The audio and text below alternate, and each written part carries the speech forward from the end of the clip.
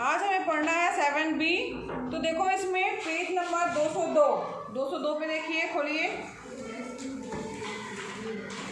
202 में। अब यहाँ पर जो भी प्रश्न हम पढ़ने जा रहे हैं वो आपकी क्लास के लिए तो इम्पोर्टेंट है ही, लेकिन ये जो दूसरे और एग्ज़ाम होते हैं कॉम्पिटिशन वाले, उसमें ये प्रश्न जो हैं वो ज़रूर आते हैं। तो इनको ध्यान से पढ़िएगा, समझिएगा, इन प्रश्नों को कैसे हल करना है उसको सीखिएगा और उसको याद भी रखिएगा आगे तक के लिए, ठीक है। तो यहाँ पर देखो कैसे कैसे प्रश्न हैं या कैसे कैसे प्रश्न हो सकते हैं जिनको हम इस युगपत समीकरण के माध्यम से हल कर सकते हैं। तो आपने देखा होगा जो संख्या संबंधी प्रश्न होते हैं उनको हम जो है इस युगपत समीकरण से याद कर सकते हैं। तो युगपत समीकरण हम पढ़ रहे थे, चैप्टर नंबर 7 है ये आपका, ठीक है। तो यहाँ पर इस समीकरण के माध्यम से जो है, इसमें बोर्ड का कलर चेंज कर देगा,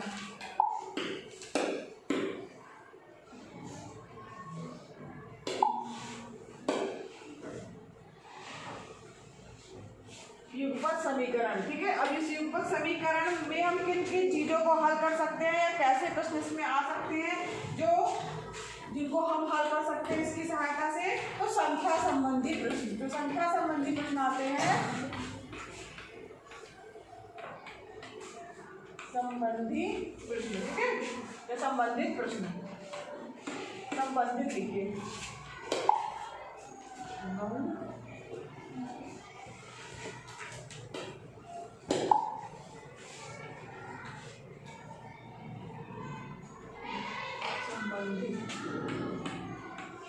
संख्या संबंधित प्रश्न। दूसरी चीज जो है जो भिन्न है, भिन्न से संबंधित प्रश्न होंगे, ठीक है। तीसरा जो है आयु से संबंधित कुछ प्रश्न आते हैं, आयु से संबंधित रहेंगे, ठीक है। और ज्यामिति से संबंधित रहेंगे,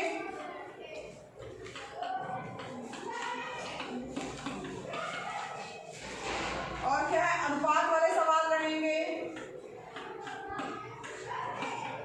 ठीक है। और क्या रहेंगे प्रतिशत संबंधित प्रश्न।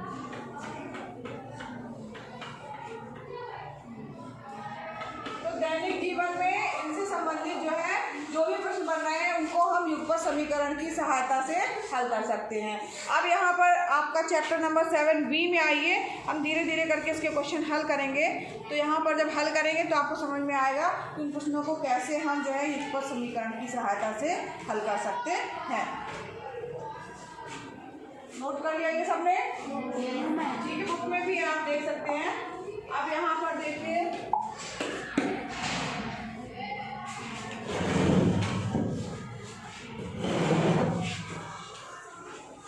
7B, ठीक है।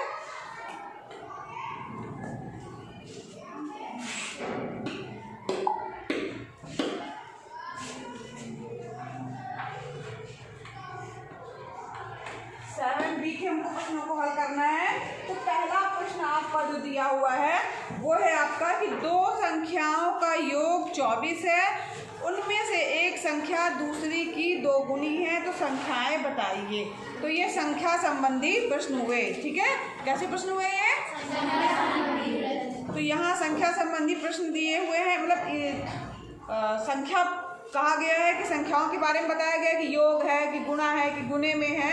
तो यहाँ पर संख्याओं की बात हो रही है, तो संख्या संबंधी प्रश्न है जिनको हम युगपत समीकरण से हल करेंगे। कैसे हल करेंगे? प्रश्न को बहुत ऐसे प्रश्नों को आपको सबसे पहले कई बार पढ़ना है। प्रश्न को हल करने का तरीका जो है वो प्रश्नों में ही है। उसको जब बहुत अच्छे से पढ़ेंगे तो उसको आप समीकरण के रूप में लिख पाएंगे और लिखने के बाद जो है उनको आप हल कर पाएंगे, ठीक है। तो यहाँ पर दो संख्याओं का योग जो है वो क्या है? 24 दिया हुआ है। तो हम दो संख्याएं जो है मान लेंगे, माना दो संख्याएं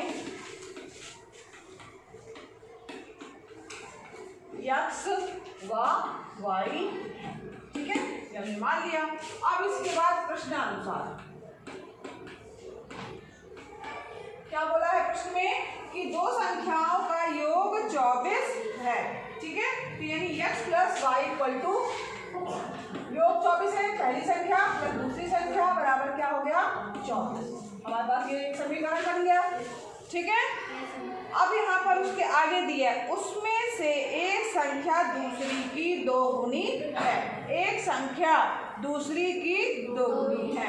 तो फिर प्रश्नानुसार ये और दूसरी चीज क्या दिया हुआ है, एक संख्या यक्स दूसरी की दोगुनी है, तो यहाँ पर हमने 2y कर दिया, दुगुनी इसका कर दिया, एक संख्या दूसरी की दोगुनी है। समझ में आया सबको?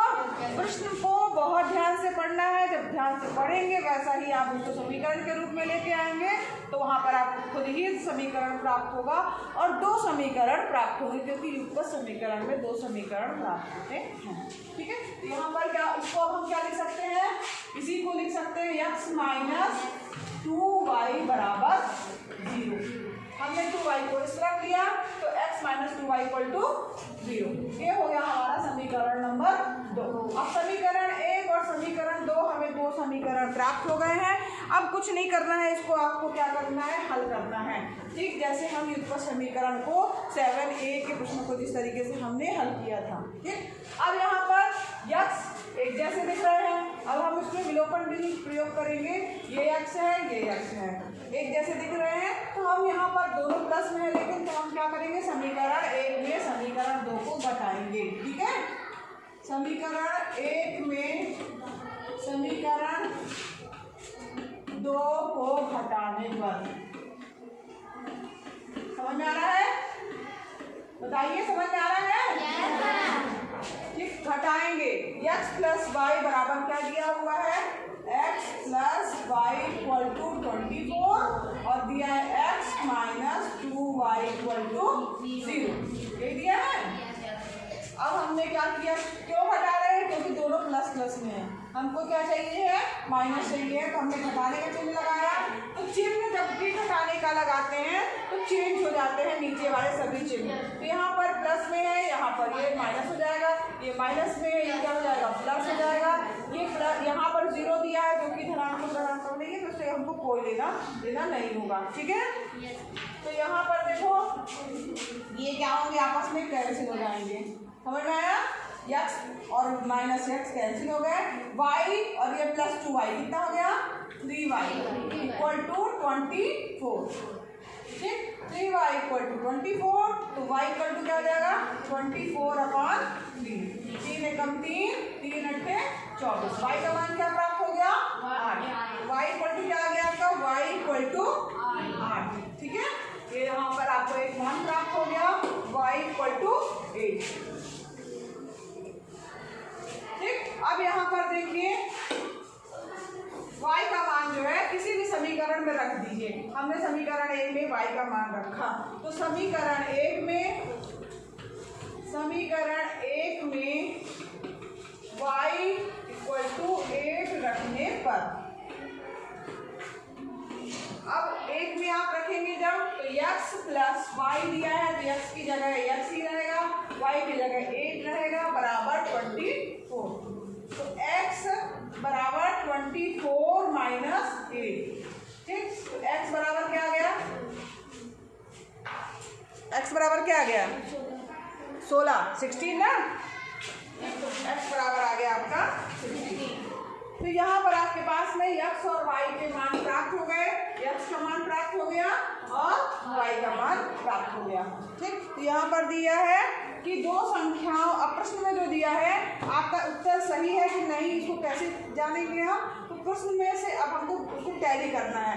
2 संख्याओं का योग 24 है, तो आप देखिए 16 धन 8 कितना होता है, 16 और 8 कितना होगा, 24, तो हमारी ये, और उसमें से एक संख्या दूसरी की दोगुनी है, पहली 8 दूसरी क्या है, 16, दुगनी दिख रही है। तो इस तरीके से ये हमारा आंसर जो है करेक्ट हुआ। इस तरीके से आप चेक भी कर सकते हैं कि हमारा उत्तर जो है सही आ रहा है कि नहीं। आप इसमें उत्तर अलग से लिखिएगा, अतः 2 संख्याएं 8 और 16 होंगी, ठीक है। क्या लिखेंगे, अतः 2 संख्याएं 8 और 16 होंगी, ठीक है। चलिए दूसरा प्रश्न आपका होमवर्क हो गया। तीसरा प्रश्न जो है 2 अंकों की एक संख्या का इकाई का अंक दहाई के अंक से क्या है, 1 अधिक है। यदि संख्या अंकों के जोड़ के 5 गुने से 3 अधिक हो, है ना। ध्यान दीजिएगा, यदि संख्या अंकों के जोड़ के 5 गुने से 3 अधिक है तो वह संख्या बताइए। प्रश्न को आपको 3 बार 4 बार पढ़ना है, तभी आपको समझ में आएगा कि क्या कहा जा रहा है। तो हमने नया पीले में लिखे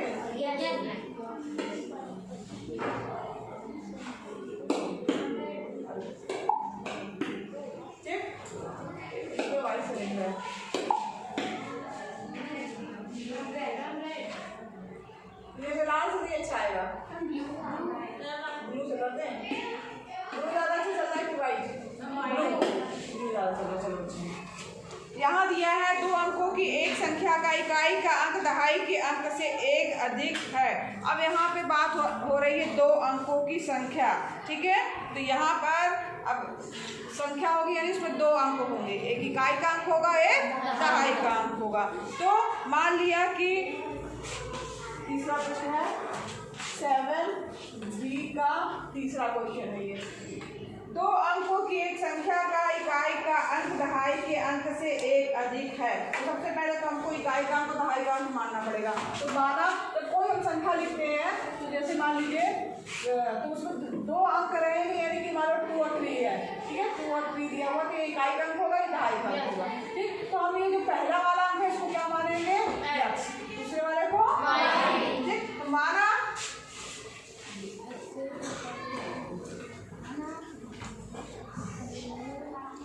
दहाई का अंक, अब ये वाला अंक कौन सा हमारा? ये इकाई का अंक है, दहाई का अंक, इसको x माना है, इसको y माना है। तो हमारा दहाई का अंक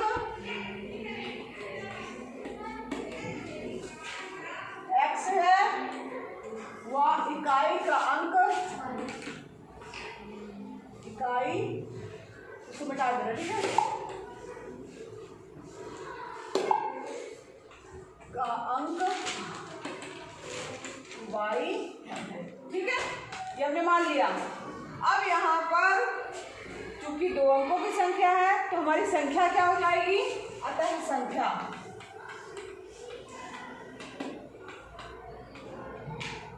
बराबर क्या हो जाएगी? क्योंकि दहाई का अंक है x, तो 10x प्लस जो है वो y जो है आपकी संख्या हो जाएगी। समझ में आया? ये इकाई का अंक है और ये दहाई का अंक है। अब चूंकि दहाई का अंक रहता है उसमें 10 का गुणा करना पड़ता है ना, और उसको जोड़ोगे। जैसे मान लीजिए अगर 23 दिया है तो इसको क्या लिख सकते हो? 10 गुणे 2 प्लस 3, ठीक है। हर बार यहाँ पर क्योंकि दहाई है तो यहाँ पर हम क्या लिखेंगे? 10 जो है गुणे देखते हैं। तो हमने यहाँ पर इकाई के अंक को x माना है, इसको जनरली 10x प्लस y लिखा जाता है। तो ये हो गई आपकी क्या? 2 अंकों की संख्या जिसमें दहाई का अंक x, इकाई का अंक y, ठीक है। तो हमारी संख्या क्या हो गई? 10x प्लस y हो गई। अब यहाँ पे प्रश्न में दिया है कि 2 अंकों की एक संख्या का इकाई का अंक दहाई के अंक से 1 अधिक है, ठीक। इकाई का अंक दहाई के अंक से 1 अधिक है। इस चीज को बार बार सुनिए। इकाई का अंक, इकाई का अंक क्या है? y, ठीक। दहाई का अंक क्या है? x, नहीं, दहाई का अंक x। प्रश्नानुसार यहाँ पे आप लिखिएगा इकाई का अंक दहाई के अंक से 1 अधिक है। तो इकाई का अंक y, दहाई का अंक x से 1 अधिक है। यहाँ समझ में आया? इकाई का अंक y, दहाई के अंक से 1 अधिक है, जिसको हमने क्या बना लिया? समीकरण में बना लिया। समझ में यहाँ? इसी को प्रश्न जब आप बार बार 2-3 बार पढ़ेंगे तो आपको खुद ही उससे समीकरण निकल के आएगा। उसको ध्यान से बस आपको पढ़ना है। हमने जो प्रश्न में दिया है उसी को केवल समीकरण के रूप में हमने लिख दिया। एक समीकरण तो हमको यही प्राप्त हो गया, समीकरण नंबर 1 दे दो। फिर उसके आगे देखो क्या लिखा है? यदि संख्या अंकों के जोड़ के 5 गुने से 3 अधिक हो, अंकों के जोड़ के 5 गुने से 3 अधिक हो संख्या, हमें संख्या में क्या मानी है? 10x plus y। तो संख्या जो है, संख्या क्या दी हुई है? 5 गुने के जो अंकों के जोड़ के 5 गुने से 3 अधिक। बार बार पढ़िए तो समझ में आएगा। अंकों का जोड़ क्या है? अंक कौन से? x और y। 5 गुने यानी 5, ठीक है, 5 का हमने मल्टीप्लाई कर दिया, से 3 अधिक है यानी +3 कर दिया, समझ में आया। अब यहाँ संख्या वाली क्या थी, 10x + y, तो 10x + y = 5 × x + y + 3, ये हमारे पास प्रश्न में ही दिया हुआ है। इसको जो है देखो, पहले को तो ये हमारा समीकरण बन गया, लेकिन उसको शब्दों में कितने तरीके से लिखा गया कि संख्या अंकों के योग के 5 गुने से 3 अधिक, अंकों का योग, अंक क्या है हमारे x और y, तो अंकों का योग क्या हो जाएगा x + y, 5 गुना उसका क्या होगा 5 का मल्टीप्लाई कर देंगे, ठीक, और 3 अधिक यानी 3 प्लस कर दिया। यहाँ सबको समझ में आया, पीछे तक सबको समझ में आ गया, बहुत धीमे बोल रहे हो, समझ में आया कि नहीं। हाँ, संख्या जो हमारी आई थी 10x + y = 5 गुने से 3 अधिक है अंकों के योग के। अब यहाँ पर इसको हल करेंगे तो वहाँ पर 2 समीकरण आ जाएंगे, 10x + y = 5x + 5y + 3, x को x के साथ ले जाना है, 10x - 5x + y - 5y = 3, 10x - 5x करेंगे क्या रहेगा 5x, और यहाँ पे -4y = 3, ठीक है, क्या आ गया 5x - 4y = 3, 5x - 4y = 3 हमारे पास में दूसरा समीकरण आ गया। एक समीकरण ये हो गया, दूसरा समीकरण ये हो गया। अब यहाँ पर ये जो समीकरण है इसको भी हम थोड़ा तोड़ लेंगे, यहाँ पर इसको समीकरण जो हमारे पास दिया हुआ है इसको अगर हम तोड़ेंगे तो x को उस तरफ ले जाएंगे, क्या हो जाएगा y - x = 1, इसको समीकरण 1 दीजिएगा, ठीक, तो यहाँ पर इसको निकाल दीजिए, इसका कोई काम नहीं है।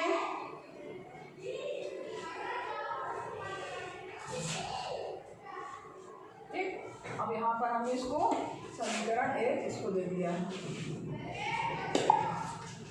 समझ में आया। इसको यहाँ पे इसको मिटा दीजिए, ये समीकरण 1 मत करके इसको जो है कॉमा लगाइएगा, ये कॉमा है, ठीक है, y = x + y, या तो बगल में लिख दीजिएगा या तो नीचे लिख दीजिएगा y - x, इसको या तो इस तरफ ले जाएंगे तो क्या जाएगा y - x = 1। अभी यहाँ पर समीकरण 1 हो गया, ये समीकरण 2 हो गया। अब यहाँ पर y - x है और यहाँ पर 5x - 4y है, ठीक है। अब इसको हल करना है। अब यहाँ पर आपको 2 समीकरण मिल गए, ठीक है, और इसको अब हमें हल करना है, क्या y - x = 1 और 5x - 4y = 3। अब यहाँ पर देखो अलग अलग है, यहाँ पर कोई भी x और y नहीं है, तो यहाँ पर हमें मल्टीप्लाई करना होगा, या तो आप y को 4y बना लीजिए या फिर x को 5x बना लीजिए। क्या बनाना चाहेंगे y को, तो y को 4y बनाने के लिए हमको क्या करना होगा, समीकरण 1 में क्या करना होगा, यहाँ पे इसके बाद नीचे लिखिएगा, हम यहाँ साइड में लिख दें, चलिए यहाँ लिखिए समीकरण 1 में अब हम किसको बना रहे हैं, y को 1 बना रहा है, तो यहाँ पे 4y है तो यहाँ पर y है, यहाँ किसका गुणा करना पड़ेगा, उसका 4 का, वेरी गुड। तो यहाँ पर समीकरण 1 में 4 का गुणा करने पर, 4 का गुणा करने पर, अब करने पर क्या हो जाएगा 4y - 4x = 4, ठीक है, ये सबको समझ में आ गया। 4 का हमने मल्टीप्लाई कर दिया है, क्यों किया है, ताकि कुछ पद जो या तो x को समान बनाएंगे या तो y को। अब यहाँ पर हमारे पास समीकरण नंबर 3 हो गया है, तो समीकरण 2 और 3 को क्या करेंगे, क्योंकि यहाँ 4y है यहाँ -4y है, तो हम इसको जोड़ देंगे, ठीक है, क्योंकि प्लस और माइनस ऑलरेडी दिख रहा है, ठीक, तो यहाँ पर क्या करेंगे समीकरण 2 और 3 को जोड़ने पर, तो समीकरण 2 और 3 को जोड़ेंगे तो समीकरण 2 व 3 को जोड़ने पर, ठीक है, जोड़ने पर क्या आ जाएगा, अब यहाँ पर जोड़िए, इसको नेक्स्ट पेज कर ले, क्या नहीं जोड़ेंगे जब हम,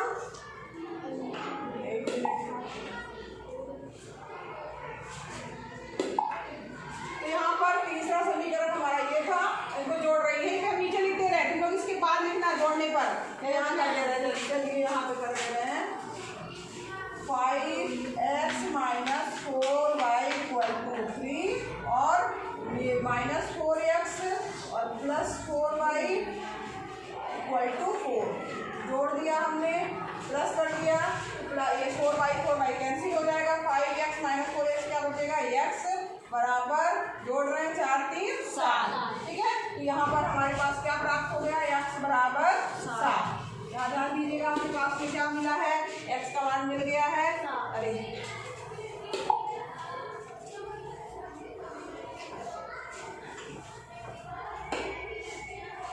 x इक्वल टू 7। ठीक है, अब यहाँ पर x का मान आपको मिल गया है क्या, 7। अब आपको किसी भी एक समीकरण में रख के y का मान ज्ञात कर लेना। हमने यहाँ पर इसको मान लीजिए दिया या समीकरण 1 में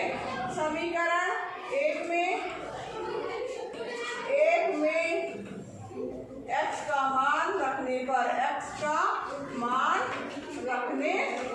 ठीक है, रखने पर। अब यहाँ पर जब आप मान रखेंगे समीकरण 1 में तो y माइनस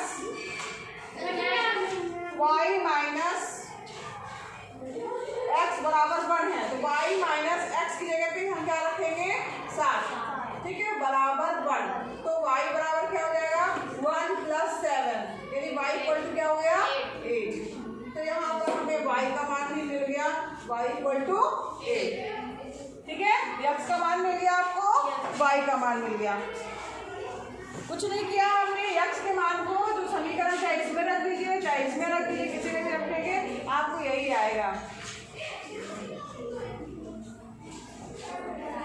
अब x का मान y का मान प्राप्त हो गया है। अब क्या करेंगे, संख्या क्या हो जाएगी हमारी, संख्या क्या हो जाएगी,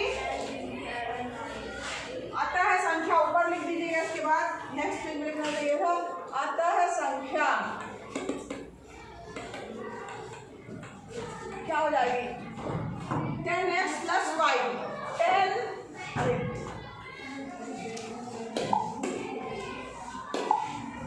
10x की जगह क्या रखेंगे, 7 प्लस y का मान क्या है, 8 बराबर 70 धन 8 इक्वल टू क्या हो गई, 78। अतः हमारी दी गई संख्या क्या होगी, 78 होगी, 78 होगी। ठीक है, समझ में आया, समझ में आ गया कि नहीं, अतः संख्या 78 होगी, आप उत्तर अलग से लिख दीजिएगा। ठीक है, ये आपका उत्तर है, यहाँ लिखना पड़ रहा है, इसको आप अपनी कॉपी में नीचे ही लिखिएगा। संख्या जो है यहाँ पर संख्या थी ना, इसका हमने मान रख दिया x का और y का, तो 10 गुणे 7 प्लस y की जगह 8 है, तो 70 धन 8 इतना लिखिए। ठीक, इसको चेक भी कर सकते हैं आप। इकाई का अंक दहाई के अंक से 1 अधिक है। अब संख्या में देखिए इकाई का अंक क्या है, दहाई का अंक क्या है, 7। तो प्रश्न में ही कहा गया इकाई का अंक दहाई के अंक से 1 अधिक, दिख रहा है, 7 है और ये क्या है, 8 है। ठीक है, ठीक है, आपकी फुलफिल हो रही है। जब एक चीज फुलफिल हो जाए तो मतलब दूसरा चीज अपने आप ही होगा, है ना, यानी हम सही हैं। ठीक, इसके बाद चौथा नंबर का प्रश्न जो है वो आपका होमवर्क, और उसके बाद जो है नेक्स्ट जो है क्लास में हम लोग हल करेंगे आगे के प्रश्न। तो दूसरा क्वेश्चन और चौथा क्वेश्चन आप करके आइएगा, जहाँ ना बने समझ में ना आए तो पूछ सकते हैं आप लोग। ठीक है।